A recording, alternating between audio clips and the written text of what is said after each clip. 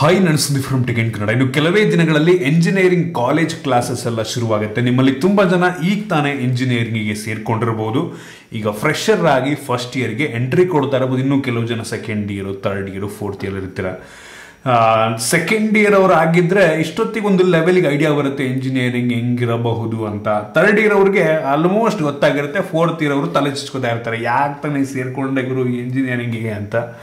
So ಏನಕ್ಕೆ ಅಂತ ಅಂದರೆ ನಾನು ಕೂಡ ಒಂದು ಟೈಮಲ್ಲಿ ಅದನ್ನೆಲ್ಲ ಪಾಸ್ ಮಾಡ್ಕೊಂಡು ಬಂದಿರುವಂಥವನು. ನಾನು 2010ನೇ ಇಸ್ವಿಯಲ್ಲಿ ಇಂಜಿನಿಯರಿಂಗ್ ಮೆಕ್ಯಾನಿಕಲ್ ಇಂಜಿನಿಯರಿಂಗ್ ಮಾಡಿದ್ದು, 2014ನೇ ಇಸ್ವಿ ಪಾಸ್ ಔಟು. ಸೊ ನನಗೆ ಒಂದು ಸ್ವಲ್ಪ ಎಕ್ಸ್ಪೀರಿಯನ್ಸ್ ಇದೆ. ಸೊ ಅದರಿಂದ ನಿಮಗೆ ಕೆಲವೊಂದು ಯೂಸ್ಫುಲ್ ಇನ್ಫಾರ್ಮೇಷನ್ನ ಶೇರ್ ಮಾಡ್ತಾ ಇದ್ದೀನಿ. ಫಸ್ಟ್ ಇಯರ್ ಸೆಕೆಂಡ್ ಇಯರ್ ಇದ್ರೆ ದಯವಿಟ್ಟು ಈ ಒಂದು ವಿಡಿಯೋನ ನೋಡಿ ನೀವೇನು ಎಕ್ಸ್ಪೆಕ್ಟ್ ಮಾಡ್ಬೋದು ಗೊತ್ತಾಗುತ್ತೆ ನಿಮಗೊಂದು ಲೆವೆಲ್ಗೆ. ಪ್ರತಿ ವರ್ಷ ಇದ್ರ ಬಗ್ಗೆ ಒಂದು ವಿಡಿಯೋ ಮಾಡ್ತೀನಿ. ಪಾಪ ನೀವೆಲ್ಲರೂ ಕೂಡ ಫುಲ್ ಏನೋ ಒಂದು ಆಸೆಯಿಂದ ಎಂಜಿನಿಯರಿಂಗ್ ಮಗ ಇಂಜಿನಿಯರಿಂಗ್ ಮಾಡ್ತದೆ, ಇಂಜಿನಿಯರಿಂಗ್ ಗುರು ಅನ್ನೋ ಒಂದು ಎಂತೂಸಿಯಾಸಮಲ್ಲಿ ಸೇರ್ಕೊಂಡಿರ್ತೀರ. ನೀವೇನಾದರೂ ಈಗ ತಾನೇ ಎಂಜಿನಿಯರಿಂಗ್ ಜಾಯ್ನ್ ಆಗಿದ್ರೆ ನಿಮ್ಮಲ್ಲಿ 90% ಜನರಿಗೆ ನೀವು ಎಂಜಿನಿಯರಿಂಗ್ ಯಾಕೆ ಜಾಯ್ನ್ ಆದ್ರಿ ಅಂತಲೇ ಗೊತ್ತಿರಲ್ಲ. ಯಾರೋ ಪಕ್ಕದ ಮನೆಯವ್ನು ಜಾಯ್ನ್ ಆದ ಅಥವಾ ಬೇರೆ ಯಾರೋ ಹೇಳಿದ್ರು ಆ ರೀತಿ ಜಾಯ್ನ್ ಆಗಿರೋರೆ 90% ಜನ ಇರ್ತೀರಿ. ಇನ್ಮೋಸ್ಟ್ಲಿ 10% ಜನ ಫುಲ್ಲು ಎಂಜಿನಿಯರಿಂಗ್ ಮಾಡಬೇಕು ಗುರು, ಏನೋ ಟಾಪ್ ಮಾಡಬೇಕು ಅಂತ ಒಂದು 10% ಜನ ಬಂದಿರ್ಬೋದು. ಅಂಥವ್ರಿಗೆ ಒಂದು ವಿಡಿಯೋ ಮಾಡ್ತಲ್ಲ. ನೀವು ಫುಲ್ಲು ಫ್ರಂಟ್ ಬೆಂಚಲ್ಲಿ ಕೂತ್ಕೊಳ್ಳಿ, ಚೆನ್ನಾಗಿ ಓದಿ ಟಾಪರ್ ಆಗಿ ಕೆಲಸ ತಗೊಳ್ರಪ್ಪ. ಉಳಿದ 90% ಜನರಿಗೆ ಒಂದು ವಿಡಿಯೋ ಮಾಡ್ತಾ ಇದ್ದೀನಿ. ಸೊ ನೋಡ್ರಪ್ಪ, ನೀವು 90% ಜನ ಇರ್ತೀರಲ್ಲ. ಸೊ ಒಂದು ವಿಷಯ ತಲ್ಲಿಟ್ಕೊಳ್ಳಿ, ನೀವು ಎಂಜಿನಿಯರಿಂಗಲ್ಲಿ ಎಷ್ಟು ಮಾರ್ಕ್ಸನ್ನು ತೆಗಿತೀರ ಅನ್ನುವಂಥದ್ದು ಇಂಪಾರ್ಟೆಂಟ್ ಆಗುವುದಿಲ್ಲ. ನೀವು 4 ವರ್ಷ ಇಂಜಿನಿಯರಿಂಗ್ ಮುಗಿಸಿ ಆಮೇಲೆ ಕೆಲಸ ತೊಗೊಳಕ್ಕೆ ಹೋದಾಗ ಯಾರು ಕೂಡ ನಿಮ್ಗೆ ಏನು ಟಾಪರು ಅದನ್ನು ಯಾರು ಕೇಳೋದಕ್ಕೆ ಹೋಗಲ್ಲ. ಅವ್ನು ಟಾಪರ್ ಆಗಿದ್ರು ಕೂಡ ಅವನಿಗೆ ನಾಲೆಡ್ಜ್ ಇಲ್ಲ ಅಂತಂದ್ರೆ ಯಾರು ಕೆಲಸನೂ ಕೊಡಲ್ಲ. ಅವನು ಜಸ್ಟ್ ಪಾಸ್ ಆಗಿ ಒಳ್ಳೆ ನಾಲೆಡ್ಜು ಒಳ್ಳೆ ಕೆಲಸ ಗೊತ್ತಿದ್ರೆ ಅವನಿಗೆ 100% ಕೆಲಸ ಸಿಗುತ್ತೆ. ಸೊ ಎಂಜಿನಿಯರಿಂಗಲ್ಲಿ ಮಾರ್ಕ್ಸ್ ಇಂಪಾರ್ಟೆಂಟ್ ಆಗುವುದಿಲ್ಲ, 100% ಮಾರ್ಕ್ಸ್ ಇಂಪಾರ್ಟೆಂಟ್ ಆಗುವುದಿಲ್ಲ, ಆಯಿತಾ. ಸೊ ಅದೊಂದು ವಿಷಯ ತಲ್ಲಿಟ್ಕೊಡಿ. ಮಾರ್ಕ್ಸ್ ಯಾವಾಗ ಇಂಪಾರ್ಟೆಂಟ್ ಅಂದರೆ ಮೆರಿಟ್ ಮೇಲೆ ಕೆಲಸ ಕೊಡ್ತಾರೆ. ಈಗ ಯಾರು ಮೆರಿಟ್ ಮೇಲೆ ಕೆಲಸ ಕೊಡಲ್ಲ. ಅವನಿಗೆ ಏನು ನಾಲೆಡ್ಜ್ ಗೊತ್ತು ಅದ್ರ ಮೇಲೆ ಕೆಲಸ ಕೊಡ್ತಾರೆ, ಮೆರಿಟ್ ಮೇಲೆ ಯಾರೂ ಕೆಲಸ ಕೊಡಲ್ಲ ಈಗ. ಸೊ ನೀವು ಎಂಜಿನಿಯರಿಂಗ್ ಹರ್ಕೊಂಡು ಓದಿದ್ರು ಅಷ್ಟೇ, ಆಟ ಆಡ್ಕೊಂಡು ಬ್ಯಾಕ್ಲಾಗ್ ಇಟ್ಕೊಂಡು ಓದಿದ್ರು ಅಷ್ಟೇ, ಫ್ಯೂಚರ್ನಲ್ಲಿ ನಿಮಗೆ ನಾಲೆಡ್ಜ್ ಇದ್ರೆ ಕೆಲಸ ಸಿಗುತ್ತೆ, ಇಲ್ಲ ಅಂದರೆ ಕೆಲಸ ಸಿಗಲ್ಲ ಅಷ್ಟೇ. ಮತ್ತು ಇನ್ನೊಂದು ವಿಷಯ ಏನಪ್ಪ ಅಂತಂದರೆ ಎಂಜಿನಿಯರಿಂಗಲ್ಲಿ ನೀವು ಏನು ಓದ್ತೀರ 99% ನೀವು ಅದನ್ನು ಯೂಸ್ ಮಾಡಲ್ಲ, ಆಯಿತಾ. ಈ ಎಂಜಿನಿಯರಿಂಗಲ್ಲಿ ಹೆಂಗಪ್ಪ ಇದೆ ಅಂದರೆ ಬರೀ ಪುಸ್ತಕ ಓದು ಬಾಯಾಟ್ ಮಾಡ್ಕೊ, ಬರೀ ಅದು ಬಿಟ್ಟರೆ ಬೇರೆ ಪ್ರಾಕ್ಟಿಕಲ್ ನಾಲೆಡ್ಜ್ ಕೊಡೋದೇ ತುಂಬ ಕಡಿಮೆ. ನಂಗೆ ಅನ್ನಿಸ್ದಂಗೆ ನನ್ನ ಎಕ್ಸ್ಪೀರಿಯನ್ಸ್ ಪ್ರಕಾರ ಈಗ ಏನಿದೆ ಎಂಜಿನಿಯರಿಂಗ್ ಏನೂ ಚೇಂಜ್ ಆಗಿಲ್ಲ, ಹಂಗಿದೆ. ಏನು ಸಿಲೆಬಸ್ ಏನಿತ್ತು ಹಂಗೆ ಮಾಡ್ತಾ ಇದ್ದಾರೆ, ಅಡ್ವಾನ್ಸ್ ಆಗ್ತಿಲ್ಲ. ಪ್ರಾಕ್ಟಿಕಲ್ ನಾಲೆಡ್ಜನ್ನ ಜಾಸ್ತಿ ಕೊಡಬೇಕು, ಬಟ್ ಸ್ಟಿಲ್ ಕೊಡ್ತಿಲ್ಲ ಅವರು. ಅದೇ ಎಕ್ಸಾಮು, ಅದನ್ನೇ ಬಾಯಾಟ್ ಮಾಡ್ಕೊ, ಅದನ್ನೇ ಬರೀ ಅದನ್ನೇ ಮಾಡ್ತಾ ಇದ್ದಾರೆ. ಸೊ ನಂಗೆ ಅನ್ನಿಸ್ದಂಗೆ 99% ನಿಮ್ಗೆ ಅದೇನು ಯೂಸ್ ಆಗಲ್ಲ. ನೀವು ಬಂದ್ಬಿಟ್ಟು ಇಲ್ಲಿ ಪ್ರಾಕ್ಟಿಕಲ್ ಕೆಲಸ ಮಾಡಿದಾಗಲೇ ನೀವು ಅದನ್ನೆಲ್ಲ ಆಲ್ಮೋಸ್ಟ್ ಕಲ್ತ್ಕೊಳ್ಳೋದು. ಸೊ ಈ ಒಂದು ವಿಷಯನ ಕೂಡ ತಲ್ಲಿಡ್ಕೊಳ್ಳಿ. ನಂದು 2 ಎಕ್ಸಾಂಪಲ್ ಕೊಡ್ತೀನಿ, ನನ್ನ ಲೈಫ್ ಎಕ್ಸ್ಪೀರಿಯನ್ಸ್ ಕೂಡ ನಿಮ್ಮ ಹತ್ರ ಶೇರ್ ಮಾಡ್ತೀನಿ. ಸೊ ನಂದು ಎಂಜಿನಿಯರಿಂಗಲ್ಲಿ ಹತ್ತಿರ ಒಂದು 14 ಸಬ್ಜೆಕ್ಟ್ ಬ್ಯಾಕ್ ಆಗಿತ್ತು, ಆಯಿತಾ. ಬಟ್ ಹೆಂಗೋ ಪಾಸ್ ಮಾಡಿಕೊಂಡೆ ಪ್ರತಿಯೊಂದೂ ಕೂಡ.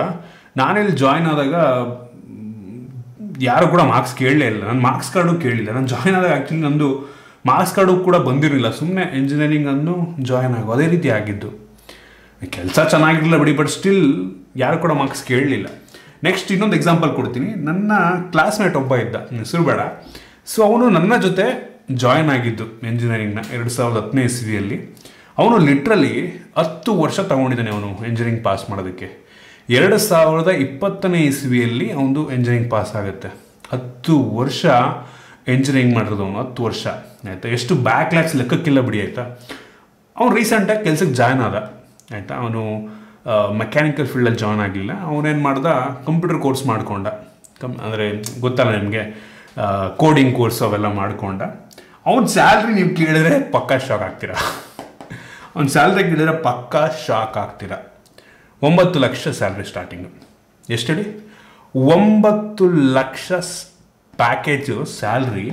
10 ವರ್ಷ ಎಂಜಿನಿಯರಿಂಗ್ ಮಾಡಿದವನು, 4 ವರ್ಷ ಇಂಜಿನಿಯರಿಂಗು, 6 ವರ್ಷ ಪಾಪ ಕಷ್ಟಪಟ್ಟು ಮಾಡಿದ್ದಾನೆ. ಅವನಿಗೆ salary 9 lakh package, yearly package. ಎಲ್ಲಿ ಬಂತು? ನೀವು ಎಂಥ ಮೆರಿಟ್ ಇದ್ರು ಅಷ್ಟೇ, ಇಲ್ಲ ಅಂದ್ರೂ ಅಷ್ಟೇ, ನಿಮ್ಗೆ ಏನು ನಾಲೆಡ್ಜ್ ಇದೆ ಅದು ಇಂಪಾರ್ಟೆಂಟ್ ಆಗುತ್ತೆ ನಂಗೆ ಅನ್ನಿಸ್ದಂಗೆ. ಸೊ ನೀವು ಜಸ್ಟ್ ನೀವು ಕಾಲೇಜ್ ಟೈಮಲ್ಲೇ ನೀವು ಫ್ಯೂಚರ್ನಲ್ಲಿ ಒಂದು ಏನೋ ಮಾಡಬೇಕು ಅಂತ ಅಂದ್ಕೊಂಡಿದ್ದೀರ ಅಂದರೆ ಆ ಟೈಮಲ್ಲೇ ಕಾಲೇಜ್ ಬಿಟ್ಟು ಹೊರಗಡೆ ಇಂಟರ್ನ್ಶಿಪ್ಪು ಅಥವಾ ಪ್ರಾಕ್ಟಿಕಲ್ಲಾಗಿ ಎಲ್ಲೋ ಕೆಲಸ ಮಾಡೋದಾಗಿರ್ಬೋದು, ಕೋಡಿಂಗ್ ಕಲಿಯೋದಾಗಿರ್ಬೋದು, ಆ ರೀತಿ ಮಾಡಿದ್ರೆ ನಂಗೆ ಅನ್ನಿಸ್ದಂಗೆ ಒಂದು ಒಳ್ಳೆ ವಿಷಯ ಆಗಬಹುದು. ಸೊ ಇಂಜಿನಿಯರಿಂಗ್ ಟೈಮಲ್ಲಿ ಆದಷ್ಟು ಈ ಮಿನಿ ಪ್ರಾಜೆಕ್ಟ್ ಅವನ್ನೆಲ್ಲ ಸ್ವಲ್ಪ ಸೀರಿಯಸ್ ಆಗಿ ತಗೊಳ್ಳಿ.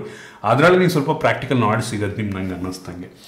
ಪ್ಲಸ್ ಇನ್ನೊಂದು ವಿಷಯ, ನೀವು ಮೆಕ್ಯಾನಿಕಲ್ ಅಥವಾ ಸಿವಿಲ್ ಅಥವಾ ಯಾವುದೇ ಹಾರ್ಡ್ವೇರ್ ಫೀಲ್ಡಲ್ಲಿ ನೀವು ಇಂಜಿನಿಯರಿಂಗ್ ಮಾಡ್ತಾ ಇದ್ದೀರಾ ಅಂದರೆ 100% ನಿಮಗೆ ಇದ್ರ ಬಗ್ಗೆ ಕಳೆದ ವಿಡಿಯೋದಲ್ಲಿ ಕೂಡ ಹೇಳಿದೆ, ಡಿಸಪಾಯಿಂಟ್ ಆಗುತ್ತೆ ನಿಮಗೆ. ಐ ಮೀನ್ ಕೆಲವು ಜನ ಗೌರ್ಮೆಂಟ್ ಜಾಬು ಅಥವಾ ಫುಲ್ಲು ಪ್ಲೇಸ್ಮೆಂಟ್ ದೊಡ್ಡ ದೊಡ್ಡ ಕಂಪ್ನಿ ಪ್ಲೇಸ್ಮೆಂಟ್ ಆಗಬೇಕು ಅನ್ನೋರಿಗೆ ಹೇಳ್ತಿಲ್ಲ ನಾನು. 99% ಜನಕ್ಕೆ ಒಂದು ಒಳ್ಳೆ ಸ್ಯಾಲ್ರಿ ಸಿಗಲ್ಲ. ನೀವು ಬೇಕಾದರೆ ನಾನು ಪ್ರಿಫರಬಲಿ ನೀವು ಈ ಹಾರ್ಡ್ವೇರ್ ಫೀಲ್ಡಿಗಿಂತ ನೀವು ಸಾಫ್ಟ್ವೇರ್ ಫೀಲ್ಡಿಗೆ ಮೂವ್ ಆದರೆ ತುಂಬ ಒಳ್ಳೆಯದು. ನೀವು ಎಂಜಿನಿಯರ್ ಮುಗಿದ್ಮೇಲೆ ಬೇಕಾದ್ರೆ ಈ ರೀತಿ ಹೇಳಿದ್ನಲ್ಲ, ಸಾಫ್ಟ್ವೇರ್ ಕೋಡಿಂಗ್ ಜಾವ ಅದು ಎಲ್ಲ ನೀವು ಸಾಫ್ಟ್ವೇರ್ ಕಲ್ತ್ಕೊಂಡ್ಬಿಟ್ಟು ನೀವು ಆದಷ್ಟು ಬೇಗನೆ ಸ್ಟಾರ್ಟಿಂಗಿನ ನೀವು IT ಫೀಲ್ಡಿಗೆ ಜಂಪ್ ಆದರೆ ನಂಗೆ ಅನ್ನಿಸ್ದಂಗೆ ತುಂಬ ಒಳ್ಳೆಯದು. ನಿಮ್ಗೆ ಯಾರು ಕೇಳೋಕ್ಕೂ ಹೋಗಲ್ಲ ನೀವು CS ಬ್ರಾಂಚಾ ಮೆಕ್ಯಾನಿಕಲ್ ಬ್ರಾಂಚಾ ಅಂತ. ಕೋಡಿಂಗ್ ಗೊತ್ತಿದ್ರೆ ಮೆಕ್ಯಾನಿಕಲ್ ಸಿವಿಲ್ ಅವರು ಕೂಡ ಇದಕ್ಕೆ ಜಾಯ್ನ್ ಆಗಬಹುದು. ಏನಕ್ಕೆ ಹಿಂಗೆ ಹೇಳ್ತಿದ್ದೀನಿ ಅಂತಂದರೆ, ಮೆಕ್ಯಾನಿಕಲ್ ಮತ್ತು ಸಿವಿಲ್ ಫೀಲ್ಡಲ್ಲಿ ಗ್ರೋತ್ ತುಂಬ ಅಂದರೆ ತುಂಬ ಸ್ಲೋ. ನಿಮಗೆ 1 ಲಕ್ಷ ಸ್ಯಾಲ್ರಿ ತೊಗೊಬೇಕು ಈ ಫೀಲ್ಡಲ್ಲಿ ಅಂತ ಅಂದರೆ 5-6 ವರ್ಷ 10 ವರ್ಷ ಹರ್ಕೊಂಡು ಕಷ್ಟ ಪಡಬೇಕು.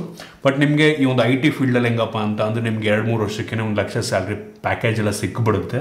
ಸೊ ಅದರಿಂದ ಪ್ರಿಫರಬಲಿ ನೀವು ಇನ್ ಕೇಸ್ ಹಾರ್ಡ್ವೇರ್ ಮಾಡಿದ್ರು ಕೂಡ ನಿಮಗೆ ಸ್ಯಾಲ್ರಿಗೋಸ್ಕರ ನೀವು ಇಂಜಿನಿಯರಿಂಗ್ ಮಾಡ್ತಿದ್ರೆ ಹೇಳ್ತಿದ್ದೀನಿ ಆಯಿತಾ. ಸೊ ದಯವಿಟ್ಟು ಎಲ್ಲರೂ ಕೂಡ IT ಮೂವ್ ಆಗಿಬಿಡಿ. ನನ್ನ ಎಕ್ಸ್ಪೀರಿಯನ್ಸಿಂದ ಹೇಳ್ತಾ ಇದ್ದೀನಿ, ನಿಮಗೆ ಹಾರ್ಡ್ವೇರ್ ಫೀಲ್ಡ್ ಬೇಡ. ತೊಗೊಂಡ್ರೆ IT ತಗೊಳ್ಳಿ, CS EC ಈ ಫೀಲ್ಡಲ್ಲಿ ತೊಗೊಳ್ಳಿ, ಸ್ಯಾಲ್ರಿ ಚೆನ್ನಾಗಿ ಸ್ಯಾಲ್ರಿಗೆ ಮಾಡ್ತಾಯಿದ್ರೆ, ಪ್ಯಾಷನ್ ಅಲ್ಲ ಸ್ಯಾಲ್ರಿಗೋಸ್ಕರ ನೀವು ಇಂಜಿನಿಯರಿಂಗ್ ಮಾಡ್ತಾಯಿದ್ರೆ ಇಂಜಿನಿಯರಿಂಗ್ ಮಾಡಿ ಫ್ಯೂಚರ್ನಲ್ಲಿ ಕೆಲಸ ಬೇಕು ಅಂದರೆ ಈ 2 ಫೀಲ್ಡಲ್ಲಿ ಒಳ್ಳೆ ಸ್ಯಾಲ್ರಿ ಸಿಗುತ್ತೆ. ಮೆಕ್ಯಾನಿಕಲ್ ಸಿವಿಲ್ ಸಿಗೋದಿಲ್ಲ. ಈ ಒಂದು ವಿಷಯನ ಕೂಡ ತಲೆಯಿಟ್ಕೊಳ್ಳಿ. ಸೊ ಹೇಳಿದ್ನಲ್ಲ, ಓವರಾಲ್ ಹೇಳಬೇಕು ಅಂದರೆ ಇಂಜಿನಿಯರಿಂಗನ್ನು ಜಸ್ಟ್ ಆ ಒಂದು ಪುಸ್ತಕಕ್ಕಿಂತ ಜಾಸ್ತಿ ಪ್ರಾಕ್ಟಿಕಲ್ ನಾಲೆಡ್ಜ್ ಕಡೆ ಜಾಸ್ತಿ ಕಾನ್ಸಂಟ್ರೇಷನ್ ಕೊಡಿ ಅಷ್ಟೇ, ಬೇರೇನೇನೂ ಇಲ್ಲ. ಒಟ್ಟಿಗೆ ಈಗ ನೋಡಿ, ನಾನು ರೀಸೆಂಟಾಗಿ ಕಟ್ ಆಫ್ ರ್ಯಾಂಕಿಂಗ್ ನೋಡಿದೆ ಇಂಜಿನಿಯರಿಂಗ್ ಎಷ್ಟು ಕೆಟ್ಟದಾಗಿದೆ ಅಂತಂದರೆ, ನಾನು ಇಂಜಿನಿಯರಿಂಗ್ ಮಾಡೋ ಟೈಮಲ್ಲಿ ಒಂದು ಲೆವೆಲಿಗೆ ಚೆನ್ನಾಗಿತ್ತನೋ ನನಗೆ ಅನ್ನಿಸ್ತೇನೆ ಕಟ್ ಆಫ್ ರ್ಯಾಂಕಿಂಗ್ ಎಲ್ಲ. ಈಗೆಲ್ಲ ನಮ್ಮ ಟೈಮಲ್ಲಿ ಮೋಸ್ಟ್ಲಿ 50-60 ಸಾವಿರ ಮ್ಯಾಕ್ಸಿಮಮ್ ರ್ಯಾಂಕಿಂಗ್ ಇಂಜಿನಿಯರಿಂಗ್. ಈಗೆಲ್ಲ 1 ಲಕ್ಷ 1.5 ಲಕ್ಷ ತನಕ ಇಂಜಿನಿಯರಿಂಗ್ ರ್ಯಾಂಕಿಂಗ್ ಕೊಡ್ತಿದ್ದಾರೆ. ಎಷ್ಟೋ ಕಾಲೇಜ್ಗಳಲ್ಲಿ 1 ಲಕ್ಷ 1.5 ಲಕ್ಷ ಕೂಡ ಜಾಯ್ನ್ ಆಗಿರೋರಿದ್ದಾರೆ ನೋಡಿದ್ದೀನಿ ನಾನು. ಈ BMS ಅಲ್ಲೆಲ್ಲ 60 ಸಾವಿರ 70 ಸಾವಿರಕ್ಕೆಲ್ಲ ಜನ ತೊಗೊಂಡಿದ್ದಾರೆ. BMS ಅಂತ ಒಳ್ಳೆ ಕಾಲೇಜಲ್ಲಿ ಒಂದು ರೀತಿ ಇಂಜಿನಿಯರಿಂಗಿಗೆ ಬೆಲೆನೇ ಕಡಿಮೆ ಆಗ್ತಾಯಿದೆ ಅಂತ ಪರ್ಸನಲ್ ಅನಿಸ್ತಾ. ಕಟ್ ಆಫ್ ರ್ಯಾಂಕಿಂಗ್ ನೋಡಿದ್ರೆ ಗೊತ್ತಾಗ್ಬಿಡುತ್ತೆ ಎಷ್ಟು ಜನಕ್ಕೆ ಈ ಒಂದು ಇಂಜಿನಿಯರಿಂಗಲ್ಲಿ ಇಷ್ಟ ಇದೆ, ಇಂಟ್ರೆಸ್ಟ್ ಇದೆ ಅಂದ್ಬಿಟ್ಟು ಅವು ಕಟ್ ಆಫ್ ರ್ಯಾಂಕಿಂಗ್ ನೋಡಿದ್ರೆ ಗೊತ್ತಾಗ್ಬಿಡುತ್ತೆ ವ್ಯಾಲ್ಯೂ ಫುಲ್ ಕಡಿಮೆ ಆಗ್ತಾಯಿದೆ ಅಂತ. ಇಂಜಿನಿಯರಿಂಗ್ ಬಿಟ್ಟು ನೋಡಿ, ಕೆಲವು ಜನ ಬೇರೆ ಕೋರ್ಸ್ ಕಡೆಗೂ ಹೋಗಿರ್ಬೋದು, ಮ್ಯಾನೇಜ್ಮೆಂಟ್ ಆಗಿರ್ಬೋದು, ಅಥವಾ ಇನ್ನೂ ಕೆಲವು ಜನ ಈ ಒಂದು BA MA ಈ ರೀತಿ BSc ಈ ಒಂದು ಫೀಲ್ಡಿಗೂ ಕೂಡ ಹೋಗಿರ್ಬೋದು. ಈಗ ನಂಗೆ ಅನ್ನಿಸ್ತಂಗೆ ಎಜುಕೇಷನಿಗೆ ವ್ಯಾಲ್ಯೂ ತುಂಬ ಕಡಿಮೆ ಆಗ್ತಾಯಿದೆ. ಏನು ನಾಲೆಡ್ಜ್ ಇಟ್ಕೊಂಡಿದ್ದೆ ಅದೇ ಇಂಪಾರ್ಟೆಂಟ್ ಆಗೋದು ಅಲ್ಟಿಮೇಟ್ಲಿ. ಇನ್ನು ಎಜುಕೇಷನ್ ಫ್ಯೂಚರ್ನಲ್ಲಿ ಮ್ಯಾಟ್ರೇ ಆಗಲ್ಲ. ಏನೋ ಒಂದು ಡಿಗ್ರಿ ಇಟ್ಕೊಬೇಕು ಗುರು, ಏನೋ ಒಂದು ಡಿಗ್ರಿ ಇಟ್ಕೊಬೇಕು, ಅದಿದ್ರೆ ಸಾಕು. ಒಟ್ಟಿಗೆ ನೀನು ಯಾವ ಕೆಲಸ ಮಾಡ್ತೀಯಾ ಹೇಗೆ ಮಾಡ್ತೀಯಾ ಅದು ಮ್ಯಾಟ್ರೇ ಆಗಲ್ಲ. ಫ್ಯೂಚರ್ನಲ್ಲಿ ಹೆಂಗಿರುತ್ತೋ ಗೊತ್ತಿಲ್ಲ, ಎಜುಕೇಷನ್ ಸಿಸ್ಟಮ್ ಏನಾಗುತ್ತೆ ಅಂತ ಗೊತ್ತಿಲ್ಲ, ಯಾವ ಬೇಸಿಸ್ ಮೇಲೆ ಕೆಲಸ ಕೊಡಿದ್ರೆ ಗೊತ್ತಿಲ್ಲ.